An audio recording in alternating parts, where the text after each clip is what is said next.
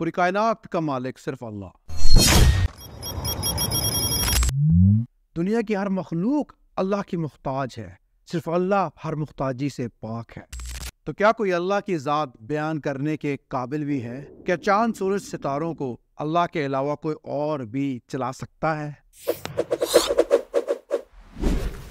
आज की वीडियो अल्लाह की सिफ़ात पर है। अगर आपने मेरा चैनल अभी तक सब्सक्राइब नहीं किया तो अभी कर लें, ताकि और बहुत सारी ऐसी वीडियोस आपको देखने को मिलें और अपनों में ज़रूर शेयर करें। जब हम इंसान न दिन को रात में और न रात को दिन में तब्दील कर सकते और ना ही अपनी ज़िंदगी अपनी मर्ज़ी से जी सकते हैं, तो फिर क्यों अल्लाह की ज़ात को बुलाया जाता है?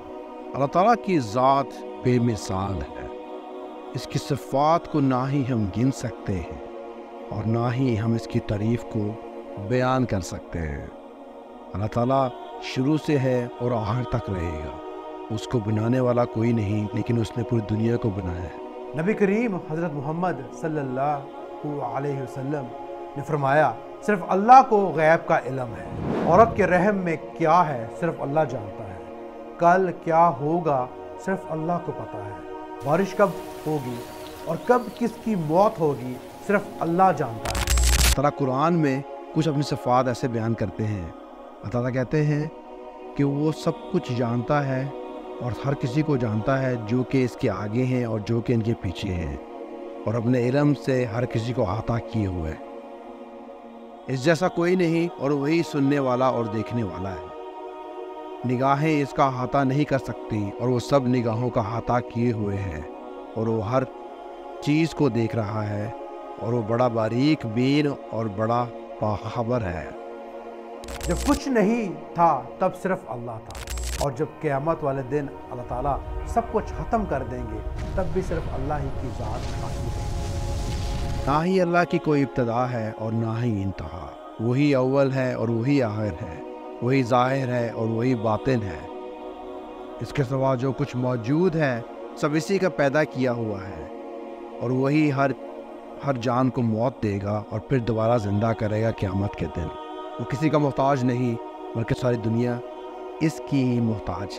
वो जिस्म और सफ़ात यानी खाने पीने और सोने वगैरह सबसे पाक है। हर चीज़ पर इसकी कुदरत है। वो जो चाहता है वो करता है।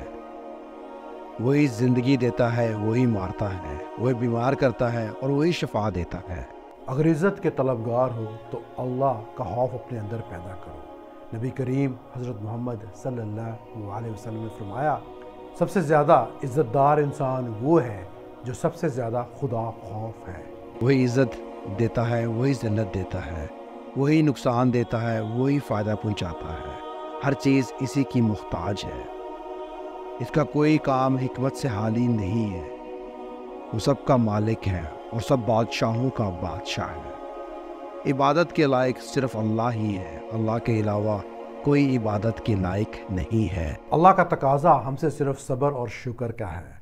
अगर अल्लाह ताला ने अता किया है तो शुक्र लाजिम है, और अगर महरूम किया है तो सब्र लाजिम है। ये मेरी और आपकी दुनिया की आजमाइश है।